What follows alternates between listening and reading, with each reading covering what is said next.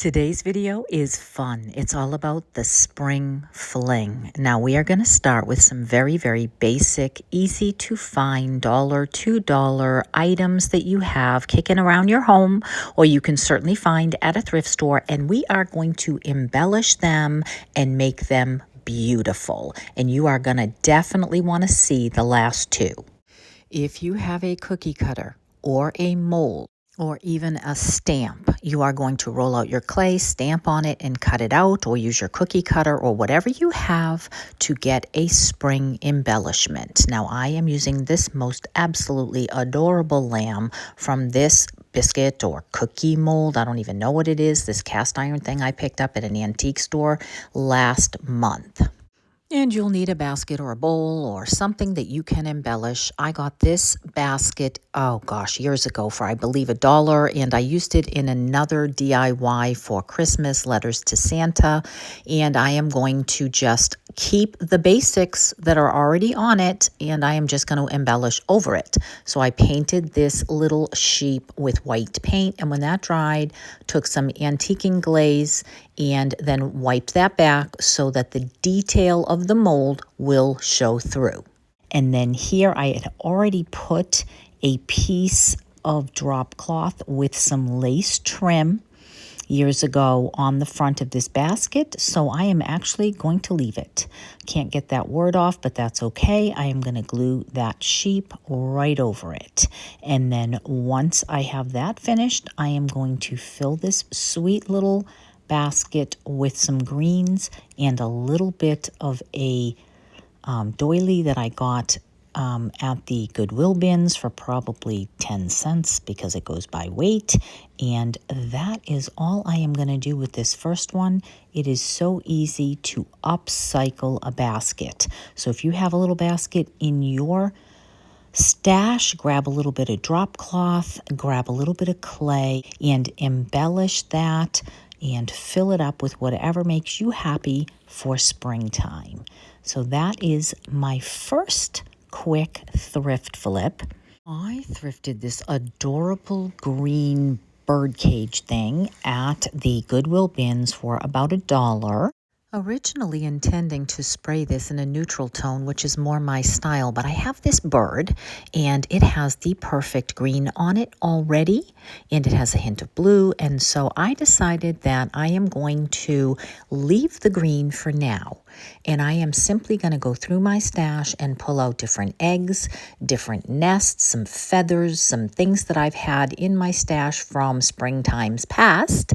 And I'm going to create the best shape and size nest for this bird cage. I'm going to start with some excelsior on the bottom to give this a little bit of height, because it is kind of a good size base. And then I'm going to fit this beautiful little grapevine wreath nest that I made with a little bit of moss and a little bit of embellishments, some feathers and some eggs, and then I'm just going to tuck that beautiful little bird right on top.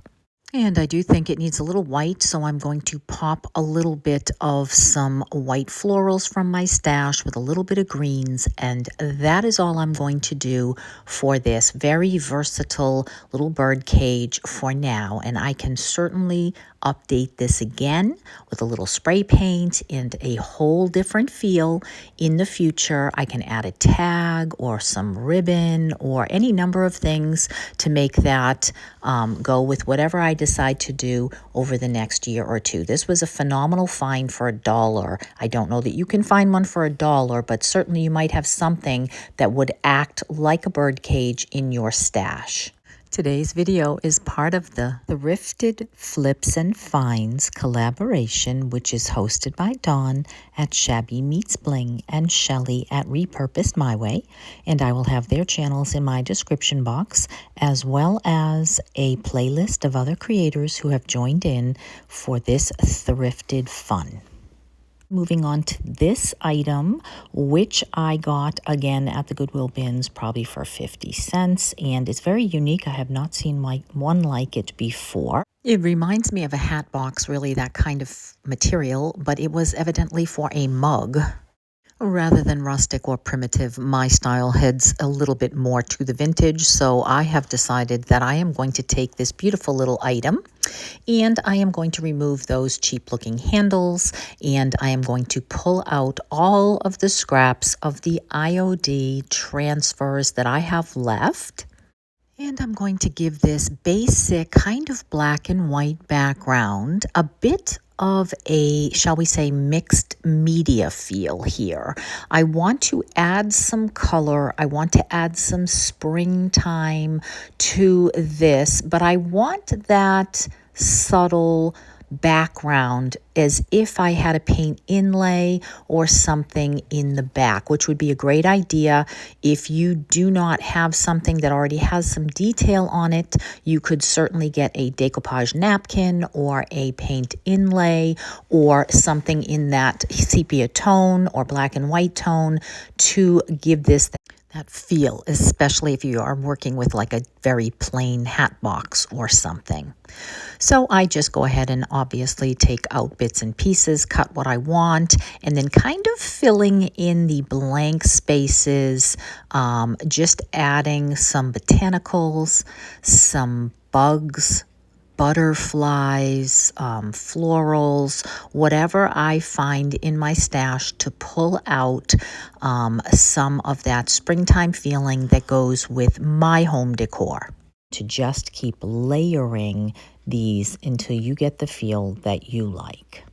There was some script on this, so I decided that I wanted to pull out a piece of script from my stash and put a little script right back on that. And then I have almost no red in my decor, and I thought that little bead was a little too small, so I pulled out a larger wooden one and replaced that.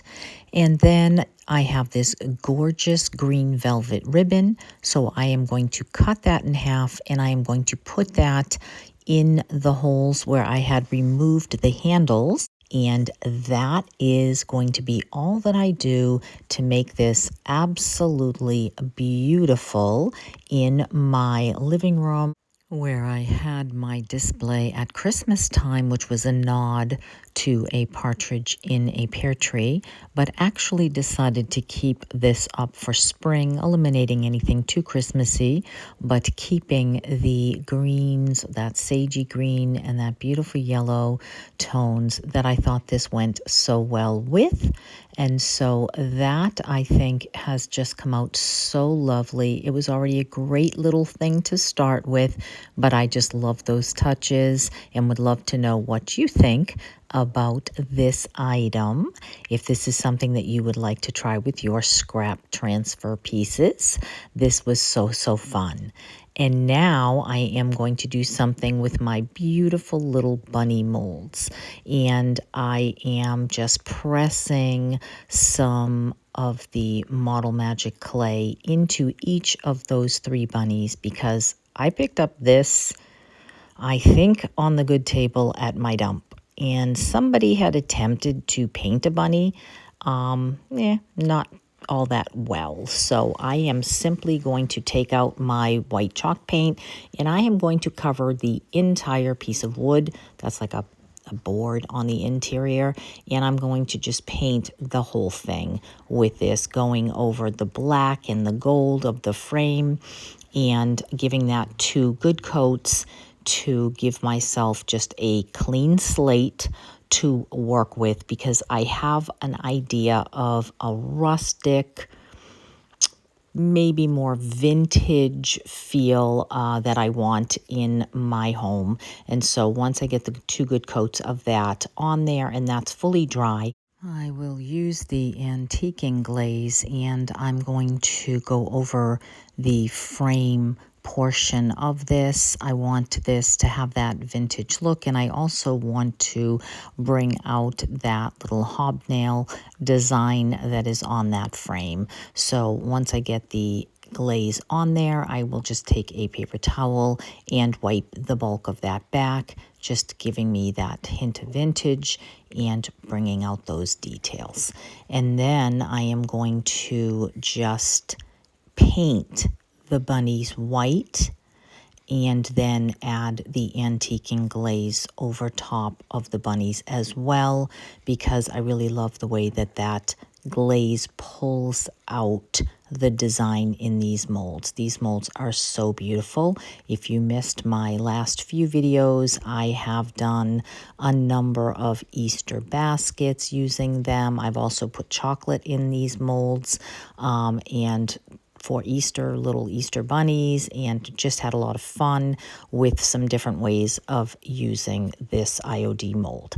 And so this is one I think that is going to get a lot of use over the springtime and summertime, and just having fun with it. So now I have a dictionary page, and I picked out the page that said bunnies on it, and I am just going around.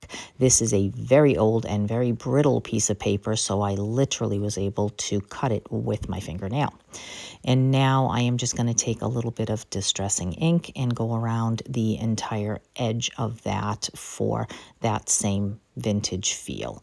I can Mod Podge this on the frame, and then once I get that fully adhered, I am going to put a coat of Mod Podge over the top of this as well. I would recommend using very little Mod Podge on the top edge here, just so that it doesn't bubble and wrinkle up, although a little bit of wrinkling is not a problem. Again, this is going to be a very vintage feel. So I chose two of the bunnies that I wanted to use here in this frame. Initially, I was thinking maybe I would only use one. So I glued it down, and I wanted to add a little bit of Spanish moss at the bottom. And so then as I'm going along here, I am kind of changing my design idea. I have a little carrot from my stash, which is technically snowman's nose. So I just added some greens to turn the little carrot nose into an actual carrot here in a little garden, and then underline the word bunnies. And then I decided I am going to actually take apart a second bunny, and I am going to add that little second bunny beside the first one, and same thing, paint it white, go ahead and add the antiquing glaze once that's dry, and go ahead and glue down next to the one bunny the other bunny. And so I decide to remove that little carrot from where I had placed it in the moss, and instead have it look as though one bunny is giving a carrot to the other bunny. And I thought that this came out absolutely adorable. I think this might be my favorite project of today, although I really love the way that little hat box came out as well. But I would love to know which of these items was your favorite. And if you would please hit hype. Would you hit like? Would you leave a comment? Would you continue to just interact with these videos?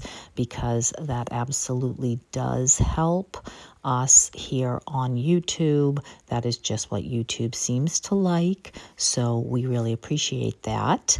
I am so grateful that you stop by, that you are so kind with your comments, and make sure that you check out the playlist and enjoy what the other creators have made. And I will see you in the next one. Take care.